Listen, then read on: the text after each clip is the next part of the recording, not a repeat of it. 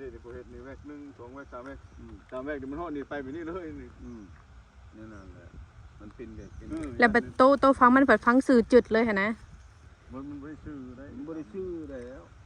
มันจืดลงฝุ่นได้มันตามแต่ว่ามันเขาเบิ่งกันยันกายถ้าแม่นมาแบบนี้สิถึกตามแบบนี้มันนั่นแล้วแบบนี้นี่จะมันกลายเป็นของเราทุกวันแบบนี้มันกลายของเฮามันกลายเป็นลายนี้เนี่ยมันกลายเป็นลายโพดธรรมดาตัวท่วงเต็มมันก็แล้วเลยเขาบอกว่าโบแมนจังซี่แล้วบัดที่ในมือมันอีลึงทึงชื่อท่านะเอาวัดไปก่อนวัดไปเลยให้มันได้ตามแมทที่เขาว่าได้เอาตามใบตาดินเขาว่าจังซี่นะวัดตามใบตาดินได้ความกว้างเท่าไรเขาว่าคันมันเลยนะมันเป็นของเขาเขาก็ว่าจังซี่แหละแล้วผู้วัดนะวันคือวัดเลยเขาว่าเอาตามใบตาดินเขาบอกว่าเอาตามใบตาดิน30กับ30เขาว่านี่มาหมูจังแนวนั่นนะเขาเจ้าซุ่มที่บอกวันนี้วันอาทิตย์วันนี้วันอันนั้นบอกจงสักยืนปะเตียงพุ่นจ้ะพอเขาบอกเดี๋ยวเด้เบิ้งเขาสิโทษบ่ชื่อแล้วก็ให้เขาไปเอากระดิ่งเขาว่าย่อมตัดไปทางนี้เขาทางใดให้เอาทางนี้บ่บอกความหมายอ้ายก็คือแบบว่าคันสมมุติว่าเขาเอาดินทางนี้เขาก็สิยับออกอีกนะความหมายอ้ายนะแม่นคันว่าสิให้สมมุติว่าคันโมเปได้ขายโมเปบ่ยอมให้แมวขอดินทางนี้คืนน้ำโมเปให้นี่ถ้าสมมุติว่าหมอบ่ให้ก็เฮาสิขอเงินนำหมอว่าเพราะว่ามันเอาดินเข้ามาหั่นนะว่าเพิ่นว่ามันยับมาหลายทั้งนั้นน่ะยับมาบ่แม่ฮะได้บ่ยับหลายเติบหั่นแหละยับแน่เท่ากับบ่จื้อมันบ่จื้อบางว่าซุเพิ่นบ่ได้ฟังรักเดี๋ยวนี้นะนั่นว่าใบตะดินแล้วว่าเอาใบตะดินกันเอาใบตะดินเนี่ยมันบื้อเขาจะมาวัดน่ะใบตะดินเฮาออกมากลางแต่เขาจะบ่เบิ่งใบตะดินเฮาเลยแล้วบางทีนี่วัดแล้วเฮาผัดบ่เข้าใจเรื่องรายละเอียดเนาะแล้วเขาจะบ่อธิบายให้เฮาซะว่าดินมันฮอดพี่แหละคือบ่บอกเขาว่าอยู่ระหว่างบ่ได้ดำในหน้าตัวนี้นะบ่ได้ดำมานี่ในแยกมานี่นะเฮาก็สิได้คัดค้านว่ามันบ่ถึกแต่มันดินเข้ามาลายตัวสิยอมบ่จังซี่นะกี่ก็คือบ่เข้าเลี้ยวตายแล้วจริงครับผู้กำมันนี่แล้วว่าทอดแล้วว่าหันก้อนแล้วก็ถามเขาว่าฮอดนี่ถ้าจริงก็หมอแปรมานี่บ่ยากนะเว้ารายละเอียดสู่ฟังแม่สิมาอยู่บ่แต่เขาสิเข้ามาแล้วเขายังว่ากันอยู่เขายังเคลียร์กันอยู่แล้วเจ้าเฮ็ดอะไรบ้านช่วงว่าฮอดนี่สิเป็นแบบใดถามก้อนบัดเจ้าสิแต่งให้ให้บ่หรือว่าสิว่ายับเอาเขาก็บอกหมอได้มือด่าเขาบ่ได้คายหน้าเขาหมอคายหน้าหมอเอาเข้าใจกับตามใบตาดินฟังเลยไปเจ้าว่าเจ้าไปชื่อแล้วก็เจ้าไปลงกับบ้านเจ้าชื่อแล้วก็แล้วไปเจ้าว่าแล้วก็แล้วไปโอ้ยน้องบอกของเราแล้วก็เที่ยงนะกันว่าก็แล้วของตะกี้ก็เทศกับชุ่มพวันเลิศเทศกันนะวันซุ่มเฮาก็เห็นอยู่เอาไปวัดก็จะโอ้กันแล้วมันในกลางนี่ว่ามันเงียบกันถ้วยว่าแนะนำให้ฟังรักเพิ่นบ่ฟังเด้นี่คันฟังที่โซสาระมันสิเป็นไปสิเป็นหยังอันนี้บ่ฟังจังรักจังนี่นี่บ่ได้พิษนำซุเพิ่น2คนได้บ่ฟังมาฟังใหม่นะฮักมาฟังใหม่วางหมอคายหน้านี่แหละมันนี่บ่คายหน้ามาฟังเลยแม่นบ่บ่แต่มันใส่ตามคณะลงไปนะคือว่าไฮหน้านะว่าที่นี่ว่าไฮหน้าว่าดำหน้านี่ตัวมาแซงเนี่ยมันก็บ่ทันได้ไปทางไหนมือหมอสิคายหน้าหันเฮาบ่ได้ฮู้ดอกว่าหมอสิคายหน้าตัวแก้มฝรั่งมันเฮาว่าถืออยู่แล้วบ่ได้ไปหาไอ้ปั้นเพราะว่าไอ้ปั้นแล้วก็ฮู้แล้วอันนี้อยู่สุดในโกคามนี้แต่ว่าอยู่ในแก้โกไผ่หันได้อยู่น้อยนึงนี่มองแก้ตัวโกไผ่ได้อยู่ตรงนี้ได้บ่แต่ว่าได้ตัวลุงก็ได้บ่ว่าก็ไผ่พี่แต่ว่าไฮหน้าตัวก็ไผ่หันนะมันเบิดได้มันได้น้อยนึงมันได้น้อยนึงหันเดี๋ยวก็เลยแบบบ่ได้มันมางอกเงียบบ่ไปดำเลยของว่าไฮหน้าหม้อในฮอดแต่นี้สุดแต่นี้ไฮหน้าเดี๋ยวหม้อดำนะเดี๋ยวว่าใช้งานได้หม้อแต่พวกคามนี่สุดแต่นี้แล้วมันก็บ่มีที่ว่าสิเฮ็ดงอกมาฮอดพี่ไฮหน้าไฮนี่ก็บ่ฮอดผมทุกพลันชมอันนั้นเสียงเทศไปเสียงขาดเขาก็ยุ่งกันนี่แหละเห็นหน้าแต่นั้นแล้วก็ไม่ได้ผ่านตรงรักไว้มันโอเคนะบ่ครั้งก็ได้ว่าน้องกันแล้วก็แล้วน้องแล้วปล่อยนี่แล้วเราก็บ่ได้สอนว่าน้องนี่แหละน้องได้โซ่น้องนะปืนเขาบ่มาโซ่ได้มีแต่ว่ามันง่ายมันบ่ง่ายมันจะไปได้โซ่กันน้ำข้างหลังอยู่นั่น ไอ้จิ๊กมาแล้ว เขาไปปรึกษากันบันหอยปังบอกเขาจะเศร้าละ คอยนักที่ไว้ซาหาไปเหมือนเฮาอยู่เด้อมื้อนี้แล้วนี่นะ หาไปเบิ่งนิสัย ในหน้าเฮานี่แหละ โอ้ยบ่ได้ไปแล้วไผสิไปผู้เดียวเนาะก็หาหลายคนน่ะ หายังคนบ่ไฟพระบันให้มาบอกเจ้าพรโลดบอกกับมันปั้นเลย โอ้ยมามอบเป็นแต่คนแนวไปยุ่นด้วยความผิดให้นี่กูว่าบ่ได้ไปแล้ว ไม่ได้ความผิดเอาบ้านไปยืนยันเดี๋ยวนี้นะบ่แม่นหาความผิด ผิดเด้ไปผู้เดียวมันเพราะว่าคนบ่ได้นะ ก็ ว่าอย่างนี้ได้ทางกันเบิดทางจะคิดจะถือ นาเจ้าในไสเบิ่งอยู่เลยนาเจ้าตัวนั้นก็ได้ ไฟจะใครหาเท่าแก่บ้านบ้านที่รักษาน่ะเป็นกันก่อน นาตัวใด มา นาใสเด้ หน้าข่อยนี่แหละแต่ข่อยปั้นเขาโบดบักโบดมันยังเห็นอยู่โบหันการเขาใส่มารักหัวกับน้องๆสมมติบัดนี้เขามาพวงมารักหัวข่อยคันน้องเขาเอาคันน้องข่อยมีคันน้องเขา เอาไปเขาติ๊กนะเสียงนะ เตียงเราพี่แก้วมาสั่งข่อยวันถอนรักข่อยบ่ถอนลูกเคยมาบอกอีกข่อยก็บ่ถอนข่อยก็พอเสียตอนตะกี้ข่อยบอกว่าลูกมาข่อยตามรักข่อยตาม ก็จักเรื่องเลย จักผู้จักเป็นไงผู้จักเฮาแบ่งกันบ่ได้แล้วก็ให้มีผู้แบ่งเฮาบ่จักเลยมันบ่ครึ่งเด้เฮาแบ่งเฮาจะได้หลายคือเก่าแล้วบ่จักแบ่งแล้วกินนี่แหละครึ่งแล้วบ่เนี่ยครึ่งแล้วมันข่อยเป็นคนแบ่งจริงก็ไข่น้อยของข่อยเอง แล้วให้มันมีผู้กลางมาแบ่งฮะมันถือ แม่น อะไรซะคือไอ้น้องเขาก็บ่อยากให้พิ มี กัน รัก มัน แม่ ถือผู้นั้น ยังบ่มีรักเลย ให้มีผู้แบ่งมีผู้กลาง โทรหาเจ้าพอแห้งโทรหากับบอกปิดเครื่องปิดเน็ตบ่คือปิดยัง มาเบิ่งบนมาเบิ่งสิได้มาเบิ่ง ใช้ใบอ่ะนะ อันนั้น กินเก่า เอ็มร้อยนะฮะขันอยากกิน จะดึงไม้อ่ะ บ่ได้ดึงไม้เอาเว้าความเข้าใจกัน บ่มาบนมันบนนั่งเว้าบนเราบ่พอใจมาเว้า มาพี่มาปะเตียง บนนั่นน่ะทางนี้มัน มันบ่ถือบ่ต้องก็เอาดึงใหม่ก็ได้บ่เป็นหยัง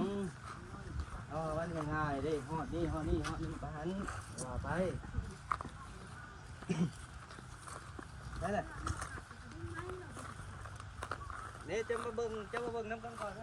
จะมาเบิ่งกับเราก่อนเราสิชี้แจงเฮาก็บ่รู้จักนำ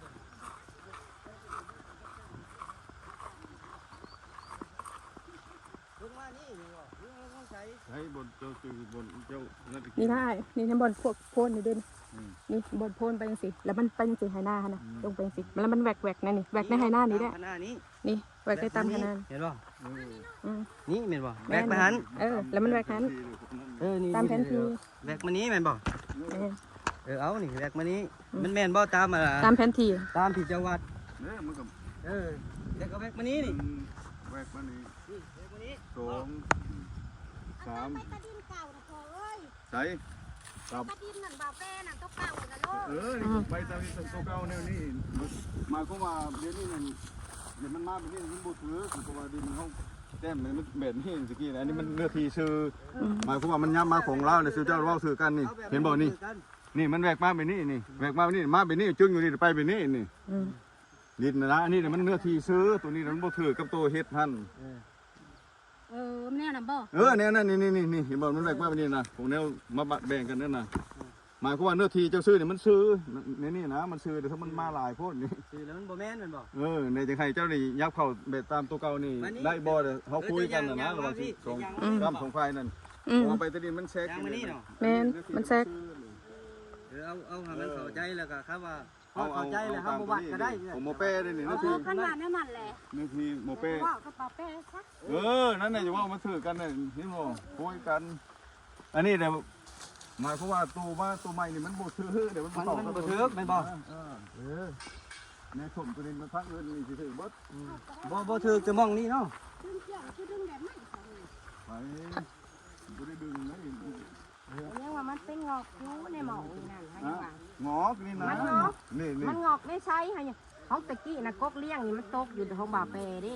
ก็ยังว่าหมอก็ยังกบเลี้ยง เฮามันงอกกับกันเนาะเฮาว่าอย่ามันคือหน้าเฮากับหน้าครับพระเขาดมนั้นเฮายัง นี่บ่ ว่า นี่บ่ได้งอกนี่นี่ถือเลยนี่พลังเขาแท้มันถือเลยนี่มางอกแต่บนเขาว่ามันถือแล้วนี่มาใส่พ่นนี่ถือเลยเพราะว่า บ่เกี่ยวกับไผนา ทางสิเว้าเฮาคนเบิ่งบ่เป็นข่อยกับแซ่แม่ปรึกษากันมันงอกถ้าผมบ่เอื้อยบ่นาเลยมันตี บ่น่ะมันงอกของบ่อ้าย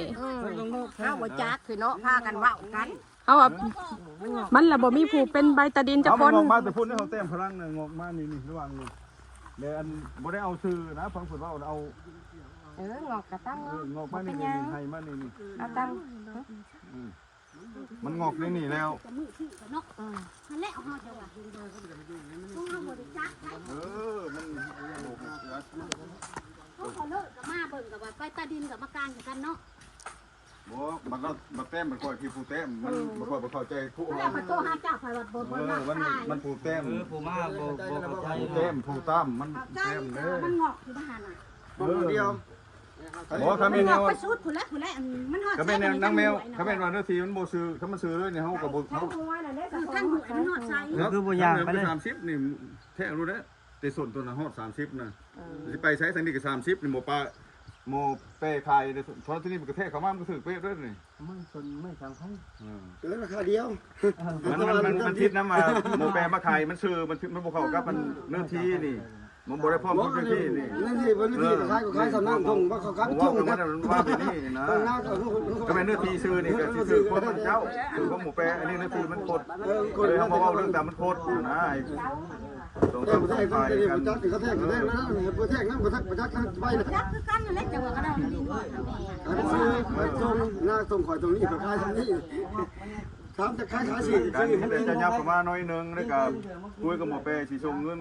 เราสำไรคือสิ่งนี้ก็จบกันนะบ่ได้มีการผิดกันดอกนี่นะมันน้อยเดียว เรียกกับน้องนะ มันผิดเดียวน้อยเดียว ว่า เนี่ย นั่นแหละเฮาก็สิบ่เอานะเฮ้ยมันบ่พอเอาได้มันนั่นหลายก็ได้ ตกลงกัน หมอแปรสิ บ่ได้เอา ส่งแล้ว นะ บ่ ให้หมอนี่ซะ ให้น้องแมวยุ่นเอาบ่ บ่เฮาน่ะซื้อเอาแต่หน้าบ้าน ขันบอกอันนั้นมันก็ยากเขาจะบอกแบบยันหนึ่งพิษของใส่กันเนาะนั่นแหละ มันบ่ได้เกี่ยวว่าอันนั้นดอกพอหมอขายหน้าหมอเนาะหมอขายหน้าหมอมันบ่ได้ยากนำเฮาได้ บอกมันยากกันเนาะ ทางนั้นก็บักจ่อยเอาเลย ใช่ นั่นเด้น่ะมันสิมีหยัง เบิดบ่ เพราะมันเบิดเลยเฮาก็สิบ่เอามันนะทางนั้นก็คายแล้ว นี่นะเมติกนี่บ่ได้ลายบ่ได้นะนี่ บ่ได้ไล่ นี่บ่นี่มาแปลงแต่ละบนมุมระวังกูขามานี่มานี่ ไม่ถึงว่าเจ้า บ่ได้ว่า ก็บ่ได้เสียรายไปได้นะความหมาย มาแปลงน้อยเดียว มั เล น ย เลยเดียว ทางนี้เด้มันแบบใส่ ท่านนี่ก็หน้าทางก็หน้าทาง แปลงขายเลยเจ้าเข้าใจเลยให้ไปดินเจ้าน่ะ แล้วว่าตาดินมันตกใส่ทาง อ้าวโอ้ไปดินเจ้ายังบ่ชัดอยู่ เข้าใจเขาเข้าใจเขาถ้าเราไปจักเรื่อง ย่างลงสุดก่อน ดินเจ้าได้แต่17เมตรกับ90ดินเจ้าน่ะนี่น่ะทางแทกใหม่นี่ ก็แทงไม้อันนั้นว่าตัวใบเก่านั่นน่ะ ตัวนี้ใหม่นี่ตัวนี้ตัวใหม่เจ้าซื้อน้ำโมเปโดยเฉพาะเดียวนี่ตัวนั่งตัวนี้นางแมวออกไป พอแล้วมันมีแต่ในแสกคณะในแสกนะเจ้าก็บ่ได้เสียหลาย ใส่กินนางแมวกินไปแล้ว สติข้าวว่าวแบบสิอยากเบิ่งตัวใบตัวพันในอัน ไป บ่ทันแทกใหม่นั้นมันก็ได้แล้ว มัน30ยังว่าของโมเป30นี่นี่ 30 ทางหน้าก็30 ทางไหนก็30 แค่รู้ได้30 เมตรไปดูนะ พวกเลยจัง ทางนี้ โอ้ยมันก็บ่ได้เสียรายดอกอันน้อยเดียวนึงแต่ มันยาวกว่าจะควง30 เมตร ทางพวก มันแงกไปหันอยู่ เอาแทกทันไปมันเท่าได้อัน 17นี่นะ 17แล้วบานข้างเอาแทก30มันสิตกผิดเนาะ ใส่กระยานนี่พอนางแมวได้ซื้อน้ำนางนี่เลย ซื้อกับเจ้าว่าไงยืน ได้ ตัวเนี่ยกับ เอา เรา น้ำกันเนี่ย แล้วก็จะเยอะเรื่อยๆเยอะน้องเนี่ยก็คือเก่าหมดนะว่ากันซะเกี่ยวกับ ตายแล้วแล้วเนาะ หมอน้องเราแบบสิแล้วกับหมอนี่สิเคลียร์กันซุ่มเฮานี่พอได้แต่ว่าให้เป็นกา ทาง ร นั้นเอาซ้ำนี่แหละท่านบ่เอาฮะละว่าท่านนั้นให้หม้อแมงยุ่นเอาซะให้หม้อ มอง แมง ตา เอา มันถูกต้อง เฮาน่ะทางหลังเฮาบ่ได้ทางหลังนะเฮาบ่ได้ซื้อเพราะว่าเฮาเอาแต่ทางหน้าเฮาขออ้ายเด้พอดินเฮาฮอดนี้มันละแสกเด้อเดี๋ยวนี้เฮา ทางนั้นมันฮีแล้วเฮาก็สิเอาทางนี้ซะเบิด30น่ะ ทางนี้เบิดเฮาพอเฮาซื้อหน้าทางเด้ ทางก็สิคืนเงินโต คือเงินเฮาก็เฮาซื้อทางออกเฮาบ่ได้ซื้อตัด ก็ว่าตัวชื่อแล้วชื่อบ่ซ่ายังว่ามันจังบ่ยากกันนะเฮ้ย นี่เจ้าก็ได้นี่ ยั ทาง งแต่ว่าเราจะมาย้อนกันมันเป็นดินกับที่มันเลย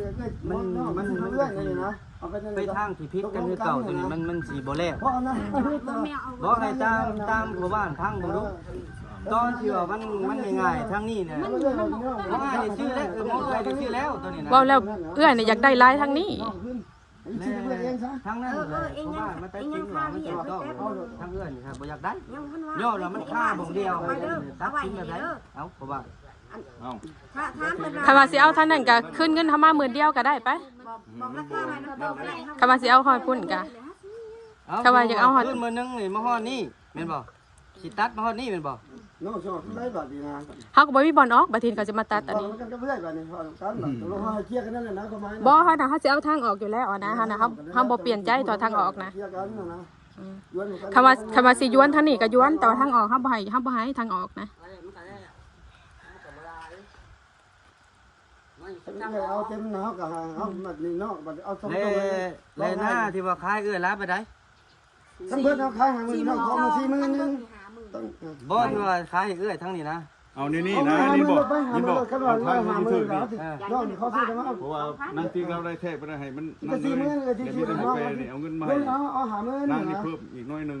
ที่เอาตัวมาเดินไปแล้วก็จบกัน ตัวเดียวไม่ได้ ให้นั่งให้มี เอาเงินใหม่เฮานี่ ร้ายปานใดเอา เอาก็แล้วแต่หมอแปรสิขึ้นให้แล้วมัน สมมุติว่าโตอยากเอามาให้เองเท่าใดเฮ้ย นั่นจริงให้มันแล้วไปเลย มันจ่ายแล้วทั้งนั้นเลย เข้าใจคือกัน หมายความว่าคันเราอยากได้ทางนี้แบบบัดไปเลยแบบตรงเลยตอนนั้นน่ะ นี่ ก็ เนาะ คือ ทั้งนี้แล้วก็เสียเลยนี่น่ะ อันนี้เอ็มบ่ให้บ่เอ็มบ่ให้อันนี้นะ บ่ให้แล้วก็เป็นหน้าของเราเนาะ มันบ่บ่ยตัวยังบ่เข้าใจ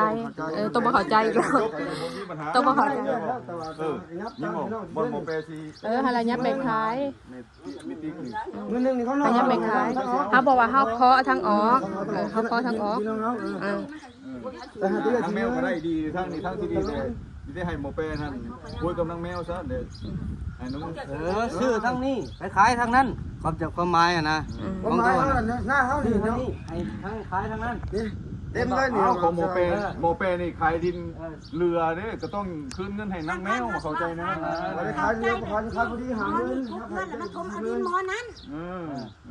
นี่เฮาโทรมาทางออกเฮาละขอซื้อทางออกเฮาก็บอกแต่เด้อ นี่แล้วมันคุยกันก่อนมันบอกคุยกันนะนะ คุยกันแล้ว ทมเอา ย้วนกันแล้วมันก็แล้วนะ ก็นี่เลยก็ย้ำ มันบ่แล้วเพราะว่ามันยับเข้ามา แล้ว เราอยากให้เว้าถูกต้องกันอย่าน้องบ่อยากให้ผิดกันแต่ทางที่ดีน่ะคือคุยกันตกลงกันเข้าใจกันเราอยากเว้าอย่างนี้ว่ามีท่านนี่ก็เอาเลย มันบ่เว้าพื้นเอานั่นนะ ขั้นว่า หักเด้ ก็หมอแปรบ่ทันอยู่ซื้อแล้วแต่หัก เพราะว่าซื้อดินกับ คือเจ้าหมอแปรก็ไปนี่เคลียร์กันให้มันแล้วรถนี่เดี๋ยวนี้เนี่ยเอ้านางแมวก็ได้ดินน้ำหมอแปรนี่ทั้งหน้าก็สมมาพระควรเนี่ยทั้งที่ดีกับนางแมวกับมุขายเลยใช่สำหรับก็คือว่าจบ มุงขาดแต่เฮาจ่ายเงินบัดทีนี้ก็ท่านน่ะบ่สิคืนเงินเฮาเท่าใด 5,000บ่ ก็แล้วแต่มันจะขึ้นก็แล้วแต่ยังว่าความเห็นดีระหว่างหมอแปรกับตัวบ่ได้ดินหน้าทางเหมือนว่าได้ปกติหน้าทางนี่มันว่า2-3 หมื่นได้นี่ให้ง่ายมาก